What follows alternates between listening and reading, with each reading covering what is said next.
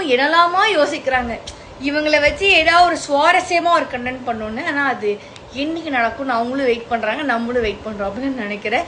ஏன்னா வந்து இந்த ஸ்கூல் டாஸ்க்கு வந்து இன்ட்ரெஸ்டிங்காக ஏதாவது பண்ணுவாங்க அப்படின்னு யோசிச்சு பார்க்குறாங்க. ஆனால் ஃபர்ஸ்ட் டேவே அவ்வளோ கிரிஞ்சு மேக்ஸில் இருந்தது.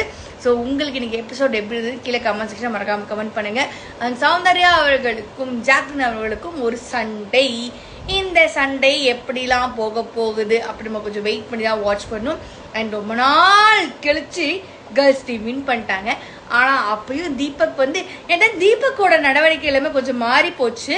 ஏன்னா வந்து அவரால் இப்போ அப்படி ஒரு ரியாக்ஷன் கொடுத்துட்டே இருக்காரு. சிவா அவர்கள சம்மந்தமே இல்லாமல் வந்து போயிட்டு என்ன ஒழுங்காகவே பண்ணல நீ அந்த மாதிரி ஒரு பேசினது வந்து எனக்கு ஒரு மாதிரி பாவம். அந்த மனுஷனே ஏதோ கஷ்டப்பட்டு பண்ணுறாரு, அதை நீங்கள் என்கரேஜ் அப்புறமா பண்ணுறீங்கல்ல, அது முன்னாடியே பண்ணக்கூட ஒரு பாவம் தானே. ஸோ கொஞ்சம் அவருக்கு சொல்லியிருக்கலாம், அவருக்கு ரொம்ப ஃபீல் பண்ணி அழ ஆரம்பிச்சிட்டாரு. இன்னொன்று வந்து பாய்ஸ் டீம் பொறுத்த வரைக்கும் ஒரு கேம் விளையாடுறாங்கன்னா கத்திக்கினே இருக்காங்க.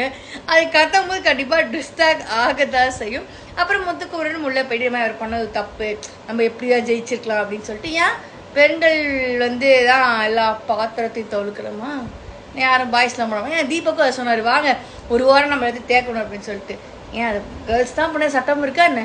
ஸோ நீங்கள் சொல்லுங்கள், எந்த சீசனில் இந்த ஸ்கூல் டாஸ்க் நல்லா இருந்தது அப்படின்னு சொல்லிட்டு.